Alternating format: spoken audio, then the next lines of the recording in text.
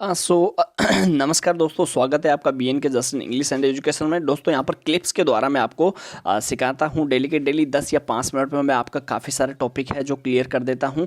तो चलिए अपन बिना देरी के शुरू करते हैं।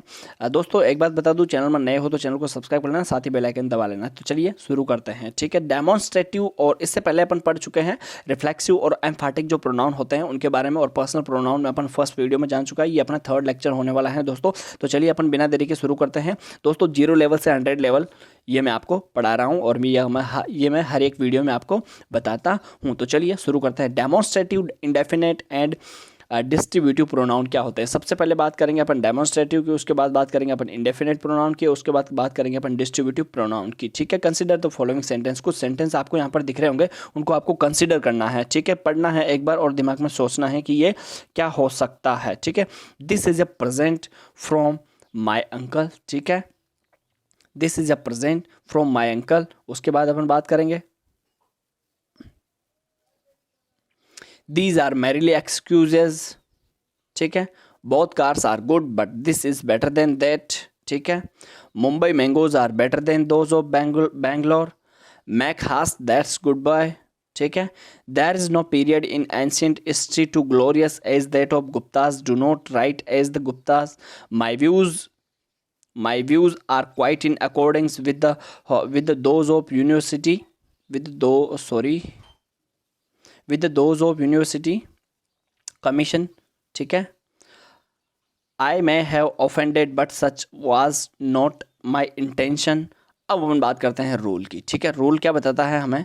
रूल हमें ये बताता है दोस्तों कि इट विल बी, आपने यहाँ पर नोटिस किया होगा, ठीक है, कि pronoun in an italics are use to point out the object. यहाँ पर जो है, जो प्रोनाउन जो यूज़ हो रहा है वो है जो पॉइंट आउट कर रहा है दोस्तों। अगर आपको ये चीज़ समझ में नहीं आई है तो मैं किसी का जैसे यहीं पे मान लो आप, मैं यहाँ पर आपको समझा, this is the red fort, कि यह लाल किला है। तो यहाँ पर पॉइंट आउट कर रहा है कि नहीं, क्या कि यह लाल किला है। This is my channel, this you are my subscriber, ठीक है। तो अपन यहाँ पर चीज़ों को क्या कर रहे हैं, ऑब्जेक्ट्स को अपन पॉइंट आउट कर रहे हैं।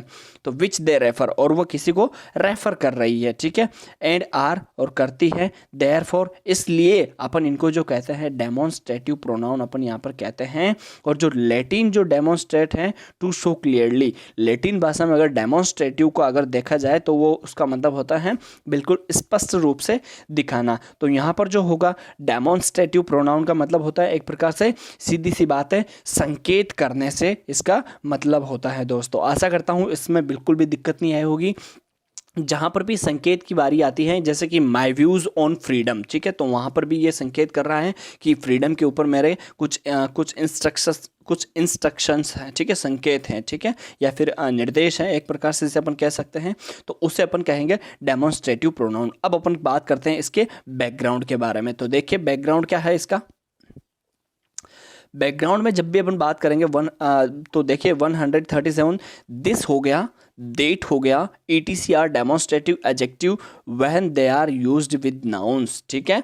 जब ये नाउन के साथ यूज में लिए जाते हैं, ठीक है, जब ये नाउन के साथ में यूज में लिए जाएंगे दोस्तों, डेमोन्स्ट्रेटिव जो होते हैं, दिस दैट, दिस का मतलब होता है यह, दैट का मतलब होता है वह। दिस का प्रयोग, दिस और दैट का प्रयोग मैं आपको वैसे पहले पढ़ा चुका हूँ। दिस हो गया, दैट हो गया, ईच हो गया, एवरी हो गया, इन सब का प्रयोग, few, a few, the little, ये सारा सब कुछ मैं आपको ग्रामर में पढ़ा चुका हूँ पहले दोस्तों। हमारी एक कंप्लीट प्लेलिस्ट चल रही है और आप कंप्लीट प्लेलिस्ट देखना, बहुत अच्छी है, काफ़ी ज़्यादा इंटरेस्टिंग और नॉलेजेबल है। उसमें मैंने कई सारे क्वेश्चंस जो हैं लास्ट ईयर में, प्रीवियस ईयर्स में जो पूछे गए हैं उनको मैंने हाईलाइट भी किया है। और इस वीडियो में मैं भी आपको कुछ वर्ड्स ऐसे दिखाऊंगा जो कि प्रीवियस ईयर से कहीं ना कहीं रिलेशन रखते हैं। तो देखिए यहाँ पर ये बता रहा है कि नाउन के साथ अगर हैं जो डेमोन्स्ट्रेटिव जो आते हैं तो वहाँ पर वो एडजेक्टिव होते हैं। तो देखिए दिस बुक इज़ माइन, ठीक है, नाउन है अपनी बुक, ठीक है। तो यहाँ पर ये दिस क्या हो रहा है, यहाँ पर ये एडजेक्टिव हो रहा है, ठीक है। और is mine, this pen is yours, ठीक है, दीज बुक्स आर माइन, ये सब यहाँ पर एडजेक्टिव का काम कर रहे हैं दोस्तों। व्हाट वाज दैट नॉइस, कि वो नॉइस क्या था, ठीक है। तो यहाँ पर भी ये किसका काम कर रहा है, दैट, यहाँ पर डेमोन्स्ट्रेटिव एडजेक्टिव का काम ये यहाँ पर कर रहा है दोस्तों। आशा करता हूँ समझ में आया होगा। चलते हैं अब देखिए यहाँ पर मैं छोटी सी चीज़ आपको बताने वाला हूँ कि जो दिस जो रेफ़र करता है वो क्लोज एट हैंड, जो अपने हाथों के ही पास में बिल्कुल होती है वहाँ पर अपन दिस का प्रयोग करते हैं। जो अपने पास में जो चीज़ होती है वहाँ पर अपन दिस का प्रयोग करते हैं, और जो अपने थोड़ी सी जो दूर होती है, ठीक है, तो वहाँ पर है जो अपन ओवर देयर का, या फिर अपन वहाँ पर बात करते हैं देन या फिर डेट का अपन वहाँ पर प्रयोग करते हैं। ठीक है, ओवर देयर मतलब थोड़ा सा दूर अगर होता है तो वहाँ पर अपन डेट का प्रयोग कर लेते हैं। लेकिन अगर संकेत देकर अगर मैं आपको बताऊँ कि जैसे कि this is a mobile phone, तो ये मेरे बिल्कुल पास है। और उसके बाद अगर बात करें कि जैसे this is my that is my background, कि वो मेरे पीछे वाला जो बैकग्राउंड आपको दिख रहा है, तो इस प्रकार अपन यहाँ पर समझ सकते हैं इस आधार पर। तो चलिए आगे चलते हैं।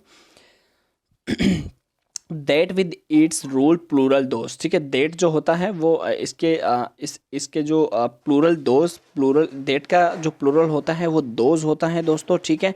Is use to avoid the repetition of preceding nouns, ये इस प्रकार किया जाता है क्योंकि इस प्रकार इसका यूज़ किया जाता है क्योंकि यहाँ पर रिपीटेशन नहीं हो पाए नाउन्स का। इस प्रकार the climate of Belgium is like that of Pune, ठीक है। अब देखिए यहाँ पर द क्लाइमेट ऑफ बेल्जियम की, बेल्जियम का जो क्लाइमेट है इज़ लाइक वो है किसके समान, डेट ऑफ पुणे। अब यहाँ पर डेट की जगह अपन यहाँ पर बेल्जियम थोड़ी लिखेंगे, नहीं, ये नाउन की रिपीटेशंस को यहाँ पर बचाता है, तो वहाँ पर अपन ने डेट का प्रयोग कर दिया। तो इस प्रकार अपन यहाँ पर से समझ सकते हैं। तो देखिए 140 के बारे में, when two things, जब भी कोई दो चीज़ें होगी, which have been already mentioned are refer to the thing last mentioned, that then to the thing first mentioned as. तो देखिए यहाँ पर ये बात बता रहा है कि जब भी कोई दो चीज़ें होती हैं और पहले के बारे में पहले से ही अगर ऑलरेडी रेफ़र कर दिया है, तो this refer the thing last mention, तो इसको है जो अपने को लास्ट में मैंसन करना होता है। दैट टू द थिंग, और जो देत वाली जो है चीज़ उसको अपने को पहले मैंसन करना होता है। मतलब दिस वाला तो है जो बाद में, और देट वाला है जो पहले। जैसे कि यहाँ पर देखते हैं अपन, ये देखिए, virtue and vice offer themselves for your choice. देखिए, दिस लीड्स टू मिजरी, ठीक है, that to happiness, alcohol and tobacco are both injurious. This यहाँ पर देखिए, सॉरी, ये यहाँ पर ये शायद रूल यहाँ पर गलत लिखा हुआ है, लेकिन दिस का प्रयोग अपन पहले करते हैं, दैट का प्रयोग अपन लास्ट में करते हैं, ये वाली बात है और ज़्यादा कुछ नहीं है। चलिए आगे चलते हैं। तो देखिए यहाँ पर दिस है जो फर्स्ट में आ रहा है, और उसके बाद दैट है जो कि वहाँ पर बाद में आ रहा है दोस्तों। ये वाला रूल है जो वैसे अच्छा रूल है वैसे, ठीक है, लेकिन ये यहाँ पर थोड़ा सा मिस्टेक कर रहा है, लेकिन मैंने आपको समझा दिया है दोस्तों। अब अपन बात करेंगे इंडेफिनेट प्रोनाउन के बारे में। इंडेफिनेट प्रोनाउन क्या होता है दोस्तों, ये अपन जानेंगे नेक्स्ट वीडियो में। So thank you.